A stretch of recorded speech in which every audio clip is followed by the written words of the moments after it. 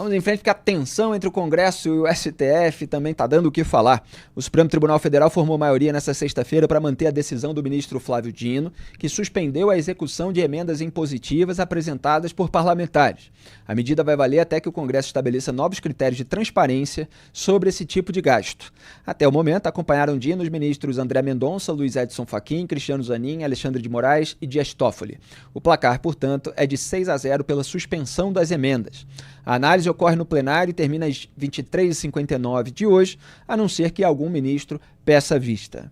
Graeb, como tem problema em todo lado, na República Brasileira, no STF, no Congresso, eventualmente o STF está certo sobre o Congresso está certo sobre o STF, o pessoal do Lula está certo sobre o Bolsonaro, o pessoal do Bolsonaro está certo sobre o Lula, e cabe a nós, jornalistas, mostrar em quais pontos, em quais elementos, quem é que está certo.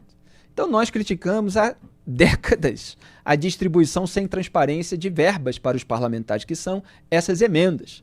Que isso esteja sendo questionado, que isso esteja sendo cobrado dos parlamentares, é ótimo, é muito bem-vindo, mesmo que eventualmente pelas razões erradas, mas aí a gente vai monitorando. Exato. É um país maluco, né? Mas a primeira reação das pessoas é fulanizar todos os problemas. É óbvio que você não pode separar completamente os personagens daquilo que eles fazem. Mas em alguns momentos você precisa fazer esse trabalho analítico de, independentemente do personagem, olhar apenas para a causa concreta que está sendo discutida. É um trabalho que a gente tenta fazer cotidianamente aqui. Neste caso, existe sim um problema e o STF, na pessoa do Flávio Dino, apontou esse problema e falou: é preciso encontrar um outro caminho. E veja, o problema não é só a transparência, vai além da transparência. Como eu já disse aqui ontem, as emendas parlamentares, elas se tornaram um jeito de mudar o formato de governo brasileiro. O Congresso passou a executar orçamento. E como diz a palavra, execução é tarefa do executivo. Essas tarefas de execução de orçamento foram meio que tiradas à mão de gato do executivo pelo Congresso, ao tornar impositivas as emendas, né? Foi um jeito do Congresso escapar daquele mecanismo que existiu até recentemente no Brasil, em que o Executivo falava: vocês votam comigo, eu libero o dinheiro para vocês. É um outro tipo de escambo, mas é o escambo que está inscrito na Constituição. Essa que é a questão. Se é para mudar o escambo que está inscrito na Constituição, precisa ser às claras.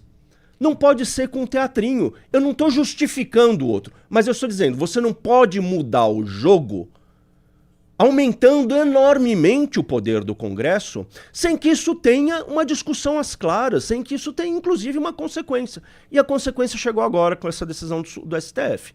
Então, é isso. O Brasil é todo confuso, é todo complicado. E as soluções para os problemas também, raramente, são aquelas que você gostaria de ver. Também elas envolvem um monte de confusão, de segundas intenções, de artimanhas. Mas, se houver uma solução, é melhor do que deixar sem ela. E o presidente da Câmara, Arthur Lira, reagiu à decisão do STF e, olha só, tirou da gaveta a PEC, proposta de emenda à Constituição, que restringe decisões monocráticas de ministros da Corte. Já havíamos comentado isso aqui 2 vezes no programa nos últimos dias. Nós criticamos essa possibilidade de ministros darem decisões monocráticas à torto e à direita, às vezes derrubando até decisões do Congresso Nacional inteiro. São 513 deputados, 81 senadores, portanto 594 parlamentares, e um ministro do STF vai lá e derruba tudo. E o Toffoli está aí, dando decisão monocrática atrás de decisão monocrática, sem análise do plenário, para gerar impunidade geral dentro do Brasil e fora. No âmbito ali da Lava Jato, daquelas provas sobre Odebrecht, por exemplo.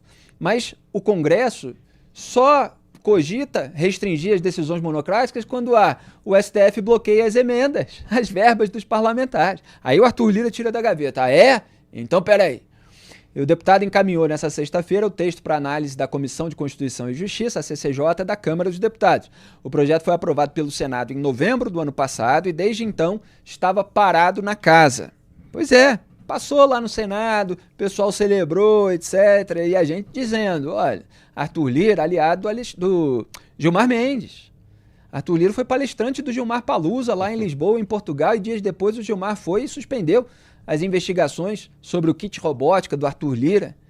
Lembra disso? Mandou até destruir prova, destruir áudio. E saiu na imprensa, jornalismo de bastidor, como o Lira e o Gilmar estavam articulando determinadas questões para que isso não fosse aprovado e outros projetos. Então o Lira subiu no telhado, só que agora está repensando. A expectativa é de que a CCJ discuta a matéria na próxima semana. O colegiado é comandado pela deputada Caroline Detoni, do PL, uma das entusiastas da proposta. Graeb.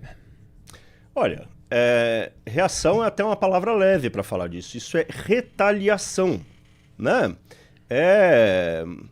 Faz pensar em faroeste, né? Os dois estão lá parados na rua, toda cheia de poeira. Quem será que vai sacar primeiro? Sacou? Eu atiro agora. Começa o bang bang. Isso me lembra o Rei do Gatilho, clássico do samba de break de Moreira da Silva, que termina dizendo: eu atirei, ele atirou e nós trocamos tanto tiro que até hoje ninguém sabe que morreu. Eu garanto que foi ele, ele garante que fui eu. Grande bang bang. Grande descrição de Brasília. Ninguém sabe que morreu. Pois é. Moralmente, pelo menos, né, Felipe? Ninguém sabe que morreu moralmente em Brasília. E os dois, seria ótimo que os dois projetos fossem aprovados. Quer dizer, bloqueia a emenda, até haver transparência e limita decisão monocrática. Exatamente. Ou acaba com ela, né? É aquilo que eu estava falando, né? As soluções no Brasil sempre são encontradas às custas de más intenções, de artimanhas, e nunca porque é a coisa certa a fazer.